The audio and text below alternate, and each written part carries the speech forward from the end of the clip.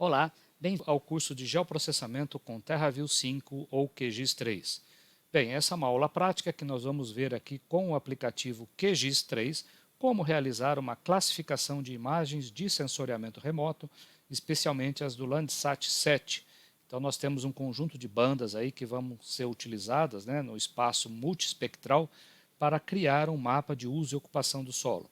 Lembrando que o QGIS aí ele faz uso de vários complementos, como o SAGA, o GRASS e o Semi-Automatic Classification, que é o SCP, que será utilizado aí para criar esse mapa de uso. Então vamos lá à nossa prática. Nós já estamos aqui com o QGIS aberto, nós já temos aqui um grupo de camadas com as bandas de 1 a 8 do Landsat, Então você observa que aqui está banda 1, banda 2, banda 3, 4, infravermelho, azul, verde, vermelho, infravermelho próximo, infravermelho médio, tá? Infravermelho distante e a pancromática. Ah, lembrando que as bandas de 1 a 7 menos a 8 aí são bandas com resolução de 30 metros. Então, se a gente olhar as propriedades aqui dessas camadas, a gente vê que é uma imagem com um tamanho de 30 por 30, o tamanho do pixel, e são imagens em 8 bits. Então aqui o tipo do dado aparece como byte, então é um inteiro de 8 bits sem sinal. Então significa que nós temos então valores de 0 a 255, tá ok? 0 seria o preto, 255 o branco. E aí a gente vê as imagens em níveis de cinza aí quando você tem apenas uma única banda dentro do arquivo TIFF. Bom, e aqui também essas imagens estão no sistema EPSG 32623, que é o UTM, Universa Transversa de Mercato, do WGS 84, só que é zona 23 Norte, ok?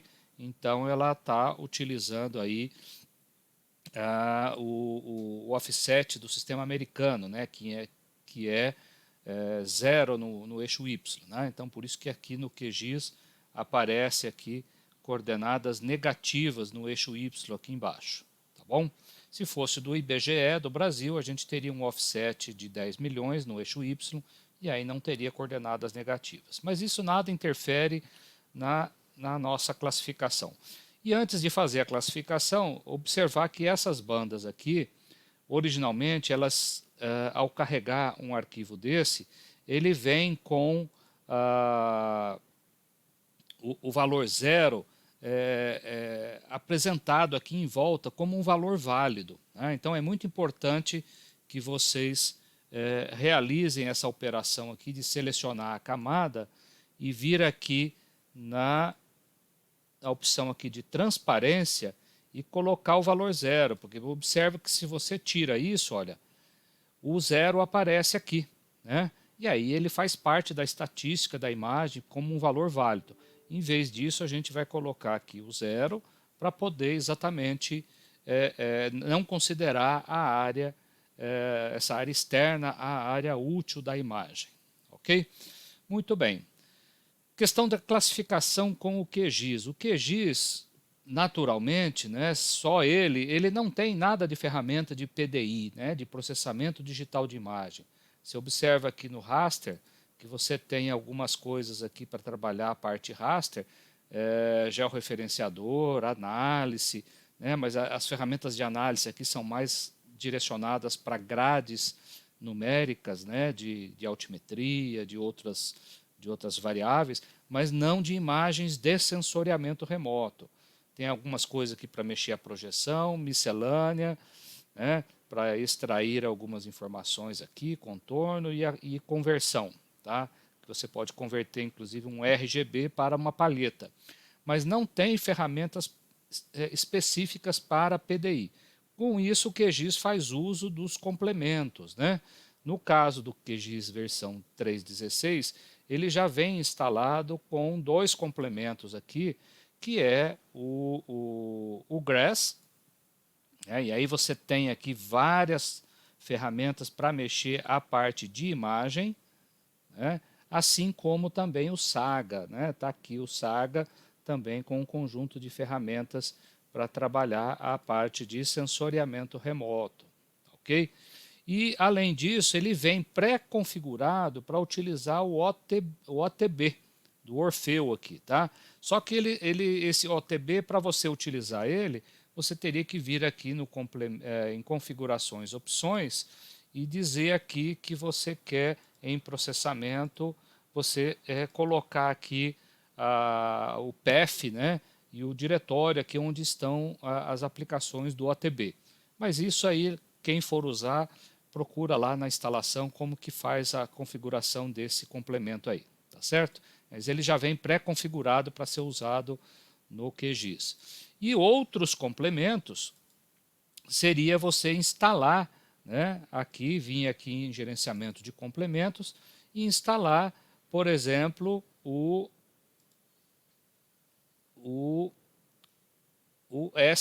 SCP, que é o Semi-Automatic Classification Plugin. Então, se você digitar aqui no complemento do QGIS SCP, já vai aparecer ali, no meu já está instalado.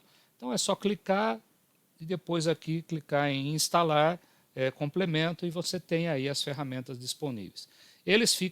Essa ferramenta fica disponível aqui em barras de ferramenta. Então se você clicar agora aqui com o botãozinho da direita, você vai ver que aparece aqui, olha, SCP Edit Bar, Toolbar, e também o SCP Working Bar. E tem também um painel que aparece aqui à sua direita, à esquerda, quer dizer, se você olhar aqui, é SCP Doc Painel. Então, se a gente fizer isso aqui, aparece o painelzinho aqui ao lado. Tá? É que quando você acaba de instalar o complemento, ele já põe para você todas essas coisas aí abertas. Tá? Mas depois você pode ir desabilitando para não ocupar espaço aí na sua tela. Muito bem. Para iniciar então a classificação, nesse roteiro a gente vai ver como fazer a classificação supervisionada, né? Então você tem aqui, ao clicar no menu principal aqui do SCP, você teria que, a primeira coisa, dizer quais são as bandas que você pretende utilizar, tá certo? E aí você pode utilizar todas as bandas que estão cada uma em um único arquivo, TIFF. Então é o single band, né, que ele coloca aqui como opção de selecionar as bandas individualmente, ou a opção de múltipla banda, né, se você tiver um arquivo com múltiplas bandas. É o caso aqui, olha, num exercício anterior aqui nós criamos essa bandas 543.df, que é exatamente já a cena do Landsat recortada no limite do Distrito Federal, e dentro desse arquivo, se a gente olhar aqui as propriedades, você tem a banda 1, banda 2, banda 3. Lembrando que o QGIS enumera as bandas de 1 para frente, né? Ele começa do número 1, diferente do TerraView que começa lá no 0, tá bom? Então aqui você tem inclusive as estatísticas de cada uma das bandas 5, 4, 3 que estão ali disponíveis.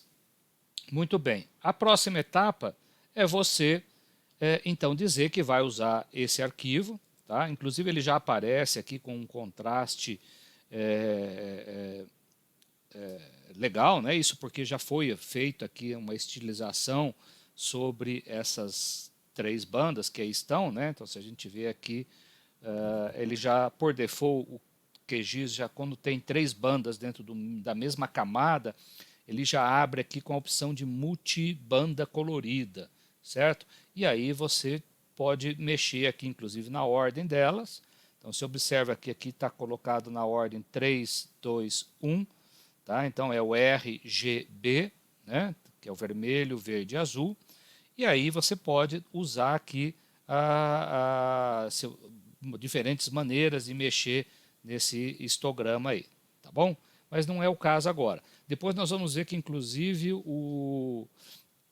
essa ferramenta SCP aqui, ele tem também a possibilidade de você definir outras composições coloridas aqui, e ele automaticamente já aplica para a gente ali sobre a imagem, tá bom? Então, para iniciar, nós temos que dizer, a primeira coisa aqui no SCP, nós temos que dizer quais são as bandas que nós vamos utilizar. Então, aqui, na verdade, eu teria que selecionar essa camada aqui, e ela já aparece aqui embaixo com os valores aqui das bandas, né? Inclusive aqui ele coloca como B0, B1, B2. Inclusive a numeração aqui no SCP é diferente do próprio QGIS, tá? Porque, lembrando que o QGIS é 1, 2, 3. Mas nós temos dentro dessa multibanda exatamente as bandas 5, 4 e 3 do Landsat, tá certo? Ok. Lembrando que essa história de escolher qual é a melhor banda, isso depende do objetivo em vista, dos alvos que você quer separar. Então eu poderia até fazer a classificação com todas as bandas juntas, mas aí o processo ia ser mais demorado e nem sempre é a melhor opção.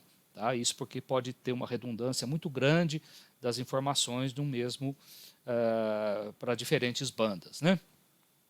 Ok, então nós já temos aqui as bandas carregadas, e uma coisa importante que ele apresenta aqui para a gente é o valor do comprimento de onda que você pode especificar aqui.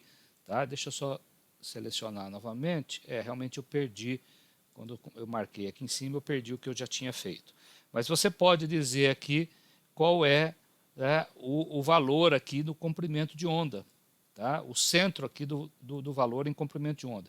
Isso porque aqui nesse aplicativo você pode ter várias apresentações dessas bandas, das amostras que você vai pegar e visualizar isso aí num gráfico em função do comprimento de onda. Mas para o que a gente vai fazer aqui não tem essa necessidade no momento. Tá bom? Inclusive, se eu estivesse utilizando as 7 bandas, eu poderia usar uma opção automática aqui que ele já pega do Landsat 7 ETM, ó, banda 1, 2, 3, 4, 5 e 7, ele já faz a carga aqui do comprimento de onda médio para cada uma das bandas, tá certo? Mas não é o caso, porque eu não estou usando todas as bandas. Então, os números que ele colocou aqui não são esses aí, tá certo? Bom, a próxima etapa é a gente dizer quais são, então, as amostras que nós vamos coletar sobre essas camadas aí. E aí você pode, antes de pegar a amostra, até trabalhar aqui diferentes composições coloridas aqui para poder mais rapidamente, deixa eu ver por que ele não carregou, tá. E aí você mexer eventualmente no contraste aqui ainda, fazer algum acerto. Aqui em cima nós temos o botão para exatamente pegar as amostras, e aí essas amostras podem ser por ROI, por polígonos, né, ou pode ser também por pontos. Ok? Nós vamos usar a opção aqui de polígonos. E aí a parte de treinamento, ela não fica aqui nesse menu, tá, nessa interface, ele fica aqui disponível no painel aqui no dock SCP. Tá? Então nós temos aqui a opção, olha, de criar aqui o treinamento. E aí você tem que dizer aqui qual é o nome do arquivo de treinamento. Como nós vamos começar do zero, então vamos aqui, ó, criar um novo arquivo de treinamento. Então eu vou dar um nome aqui, eu já até tinha um outro ali anterior, mas eu vou dar um nome de treina 1, ok? Pronto, então ele criou aqui o novo arquivo de treinamento, certo? E aí agora a gente pode começar a criar as nossas amostras. Você vê que até tem uns botões aqui para trabalhar a parte gráfica, né, das nossas amostras, e tem aqui o que ele chama de macroclasse, tá? O MC quer dizer macroclasse, e aí você tem que dizer então aqui um código numérico da macroclasse e o nome. E depois, para cada macroclasse, você tem as classes, ok? Então, são macroclasses, que é o nome do rótulo, e a classe, que é o próprio polígono. Bom, então, olhando uma imagem como essa aqui na tela, a primeira amostra, ou macroclasse que a gente poderia criar, é exatamente para os corpos de água. Então, eu vou voltar aqui no número 1, tá? Vou deixar aqui também no 1, e vou escrever aqui, olha, água. E aqui embaixo eu posso até diferenciar as diferentes águas. A água do Lago Paranoá. Tá? Então, Então, eu poderia dar nomes aqui para cada classe de uma macroclasse. E aí já está aqui como autosave, e esse botãozinho aqui é para adquirir a amostra. Então, nós vamos aqui com o cursor de retângulo aqui do ROI, né, por polígono. Vamos aqui na imagem, você vai clicando, ele já vai traçando ali o polígono, ok? Ao clicar o botão da direita, ele encerra aquela área e aí ele está esperando que você adquira aquela região. Se caso você não gostou, não está legal, ou você, por exemplo, você misturou aqui alvos, né? Você vê que não é interessante fazer isso. É importante que as suas amostras sejam o mais homogêneas possível. Né? Então, sempre as amostras aqui é um polígono para cada classe. Tá? Então, por exemplo, peguei essa daqui agora. E agora, na sequência, você clica aqui embaixo em Save Temporary ROI for Training Input. Então, fazendo isso, ele demora alguns segundinhos ali, não é tão rápido assim essa aquisição de amostras, mas é muito importante que ela seja feita com critério, tá? Que você tenha uma quantidade de amostras representativa de toda a variabilidade dos alvos que você tem. Então, se observa que ele criou aqui a macroclasse água e uma classe de água. Vamos agora passar para uma segunda. Você vê que aqui embaixo, inclusive, ele já mudou de 1 para 2. Então, agora posso clicar, por exemplo, dentro aqui desse lago aqui, né? Botãozinho da direita, encerra e adquire uma segunda. Então, enquanto eu estiver pegando uma macroclasse água, eu não mexo no número 1 ali. E ele automaticamente aqui embaixo já vai passar também do 2 para o 3. Ok? Então, é um processo um pouquinho lento, mas é importante que seja feito com critério. Tá? Tem que ativar aqui para que ele mostre os ROIs. Tá? Então, se você marcar aqui em cima, ele deixa sempre visível ali. E aí você pode ir mudando aqui embaixo e ele vai mudando lá. Bom, posso pegar também aqui nessa outra regiãozinha também. Aqui não está tão escuro, mas vamos pegar uma amostra de água aqui. Perfeito. Agora vamos passar para a próxima macroclasse. Né? Então, além da água, né, dá para a gente ver muito bem nessa imagem a questão da localização aí das áreas urbanas. Né? Você vê as manchas urbanas aqui. Okay? Então, vamos pegar esse vermelhão aqui como urbano. Então, eu vou mudar aqui de 1 para 2. E aqui, urbano. Tá certo? Ó, mudei para 2. E a quarta classe agora vai pertencer a essa macroclasse de urbano. Então, vamos pegar o rótulo aqui. Vamos pegar um polígono aqui com esse cursor. Ok? Urbano. Tá? É um processo muito delicado porque envolve você estar muito atento aqui quem é a macroclasse que está ativa, né? E para qual classe você está pegando a amostra. Então, aqui ele já criou um grupo 2, que é o urbano, né? Macroclasse urbano, e pegou a amostra número 4 dessa macroclasse urbano. Vamos pegar aqui também uma outra regiãozinha aqui.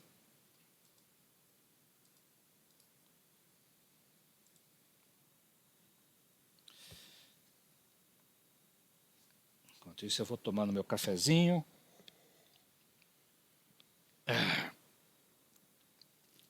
Ele demora mesmo um pouquinho, tá? Essa ferramenta dele aqui eu achei até que não é tão rápida assim, mas é importante a gente fazer a coisa com critério, né? Então, tudo aqui é urbano, né? É um urbano aqui muito denso, quase não tem vegetação no meio dessa área urbana, né? Diferente ali já do plano piloto, que você tem um urbano, é uma área urbanizada, mas você tem muita grama, muita árvore naquela região urbana aqui, né? Então tá ali a nossa amostra.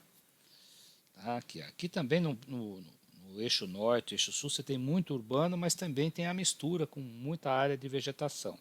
Eu não vou pegar a amostra por enquanto aí não. Nós temos aqui essa área de cerrado e temos aqui também a área dessa mata ciliar. Então vamos colocar agora uma outra macroclasse, vamos chamar aqui de 3, mata, que é a mata ciliar. Então e aqui embaixo a gente vai mudar também para mata. Perceba que eu até tinha esquecido de colocar o nome aqui, mas não tem problema, o importante é que ele está no grupo correto ali.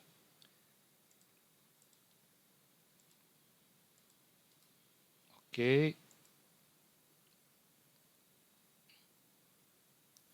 Isso porque na hora de fazer a classificação, você pode dizer se vai ser em função da macroclasse ou das classes.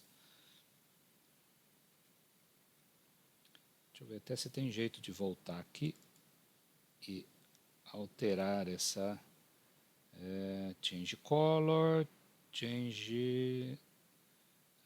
deve ter um rename aqui, não tem um rename. Clear, check... Não quero mudar o ID dela, nem a cor. Merge itens, calculator, delete itens, properties. Não. Não estou vendo uma opção de mudar o nome, já que eu errei aqui. Esqueci de colocar que é urbana, essas 3 amostras aqui. Aqui vai mudar o código. Não, não é isso que eu quero. Tá, vamos rodar, depois a gente vê. Então vamos pegar mais uma. Você vê que você dá um duplo clique, ele já posiciona lá, né, pra gente. Então vamos pegar aqui uma outra mata.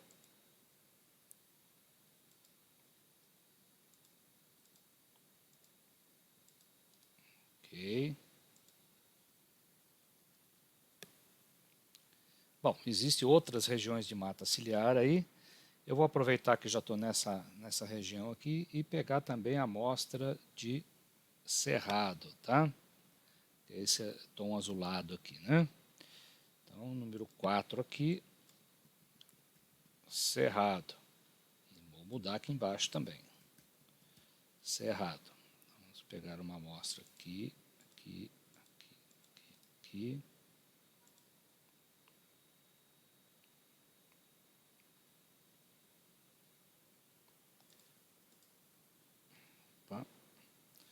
Está processando ali, ó. Então, sempre aqui em cima fica indicando que está. É porque ele está fazendo o cálculo das assinaturas, talvez seja por isso que ele demora um pouquinho mais ali, ó.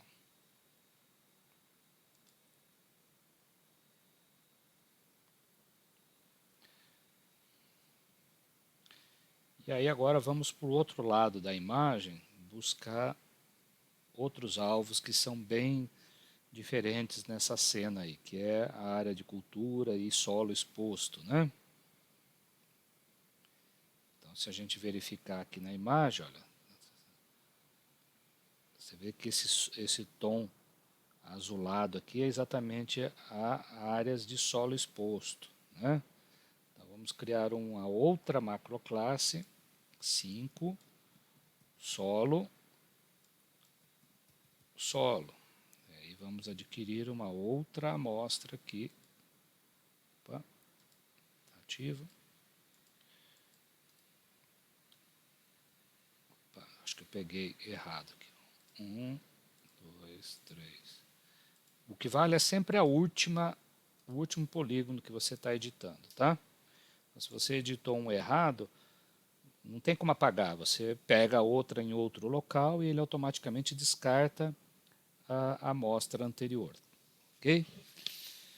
Então é isso. É um processo que tem que ser feito com muito cuidado, né? Então ele pegou aqui agora outro de solo, né? Aqui também tem um solo exposto aqui, ó.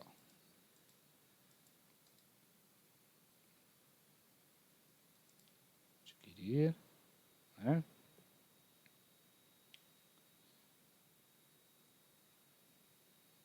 Pronto, e vamos pegar, ainda tem, ó, tem uma mata ciliar aqui que poderia pegar a moto. Se eu quiser voltar numa macroclasse que eu já peguei algumas amostras, você tem que lembrar de alterar aqui também, tá? Senão você perde todo o seu trabalho aí, ou faz uma confusão aí entre os temas, né?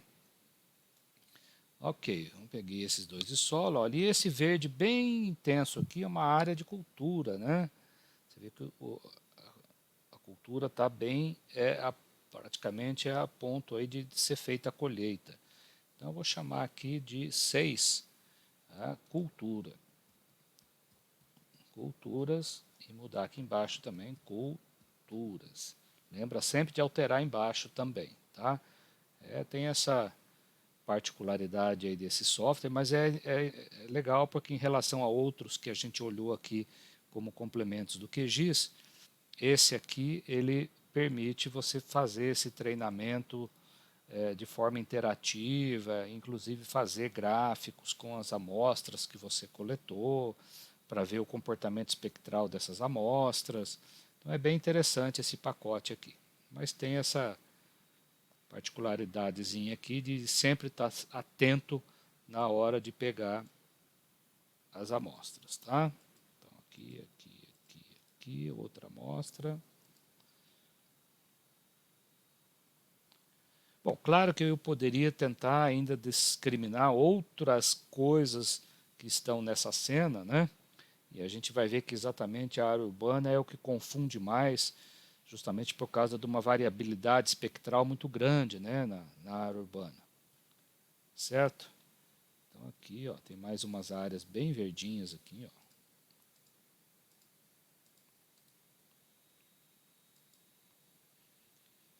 Então, por exemplo, eu tenho um solo exposto aqui. Se eu quiser voltar a coletar uma amostra de solo exposto, eu tenho que voltar aqui, alterar o número e o nome também. Senão você cria uma confusão aí, né? Então, por exemplo, ó, eu quero pegar mais uma aqui de solo.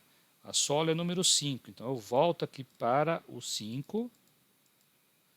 Ele automaticamente já voltou aqui, porque ele sabe que o 5 já foi usado. Mas eu tenho que alterar aqui embaixo também, ó, solo aqui embaixo também. E aí eu posso pegar uma outra amostra de solo. Então tome muito cuidado com essa etapa aí de treinamento, tá bom? Então nós já temos aí, então perceba que ele vai incluir aqui uma terceira amostra de solo, olha. Vê? Deixa ele terminar ali.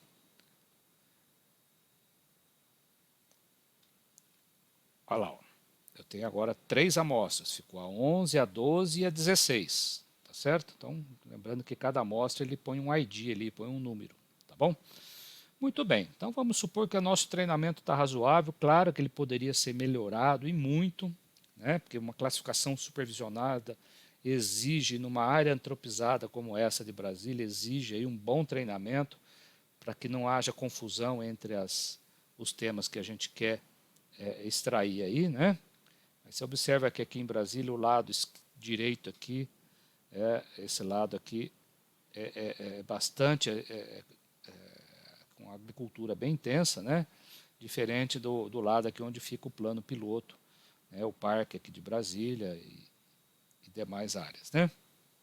Bom, então agora a etapa seguinte é partir para a classificação. Então nós vamos voltar no menu aqui em cima. E aí nós temos aqui algumas ferramentas básicas que nós não vamos usar. Ok. A etapa seguinte é vir aqui em... tem uma parte também de pré-processamento, que aí é você, em função do satélite, você pode estar escolhendo ali automaticamente as propriedades dos comprimentos de onda de diferentes satélites. Dá para você fazer um mosaico de imagem, fazer o recorte, né, o split, uma conversão vetor raster. Então tem algumas ferramentas aqui de pré-processamento. E aí nós vamos utilizar aqui em Band Processing. E aí você tem aqui, ó, Classification, ok? Então, ao clicar aqui em Classification, ele te pede aqui qual é o conjunto de bandas que nós vamos utilizar, que é essa que está aqui, olha. Quando a gente selecionou as bandas 5, 4 e 3, tá? Ele colocou aqui, ó, band 7, 1. Eu poderia criar outros band sets aqui, tá? Isso seria o caso, por exemplo, de você querer fazer a classificação com outras, usar as mesmas amostras para fazer a classificação com outros conjuntos de banda, tá certo? Até de datas diferentes, se for o caso, tá bom? Mas não é o caso aqui, eu só tenho um, então nós vamos aqui em band, em classification, tá lá, somente um mesmo. E ele quer saber agora do seu treinamento se você vai usar a macroclasse ou você vai usar a classe. Eu não vou usar a classe, vou usar a macroclasse, tá certo? Você vê que a opção aqui é exclusiva, ou é um ou é outro. E aqui você tem então a mínima distância e a máxima verossemelhança, que é o mesmo que nós executamos lá com o TerraView, né? Então eu vou deixar aqui uma máxima verossemelhança. Os demais parâmetros aí a gente não precisa mexer no momento. Tá? Aqui é só se você quiser depois ver a assinatura da classificação, usando ali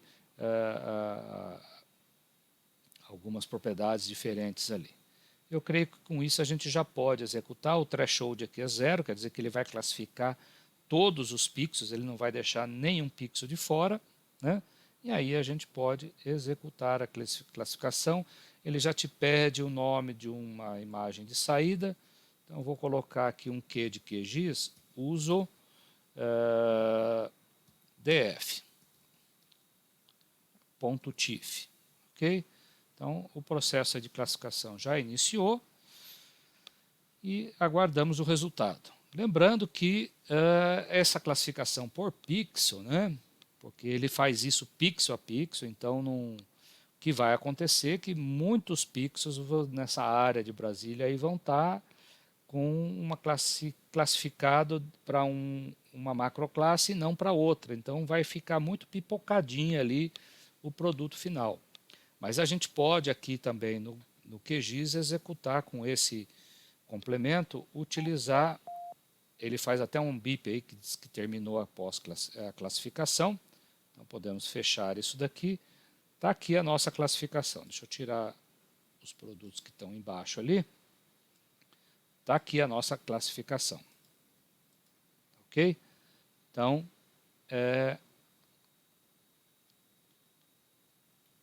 só que as cores que ele gerou aqui, pessoal, são as cores que estão aqui no treinamento, tá? Na macroclasse. O ideal aqui é que eu colocasse aqui, arrumasse isso daqui. Olha, você vê que água, ele usou essa corzinha, essa cor estranha aqui, né? Mas você pode dar um duplo clique aqui e mudar a cor aqui antes de executar a classificação. Tá? Mas eu vou deixar essa parte para vocês, porque aí é só fazer os ajustes, né, de cor e de limiar ali de classificação. E a etapa seguinte agora é, se você quiser, eliminar exatamente essas coisas. Ó. Você vê que tem muito pixel isolado no meio de uma macroclasse maior, né? E aí então a gente pode executar aqui, olha, além do Band Processing, você tem aqui a pós-classificação. E tem essa ferramenta aqui que serve exatamente para eliminar pixels isolados, né? E aí a gente seleciona aqui a nossa imagem aqui, ó. Cadê o... Não aparece... tem que dar um reload aqui, ó. Aí vai aparecer aqui o nosso QUSO DF, ok? Aí você pode dar aqui a quantidade de pixels, se é os 4 pixels que estão aqui formando uma cruz, ou se são os 8 vizinhos de um pixel que vai ser analisado se ele vai mudar ou não de cor. E aqui o threshold, por exemplo, vão colocar de 3.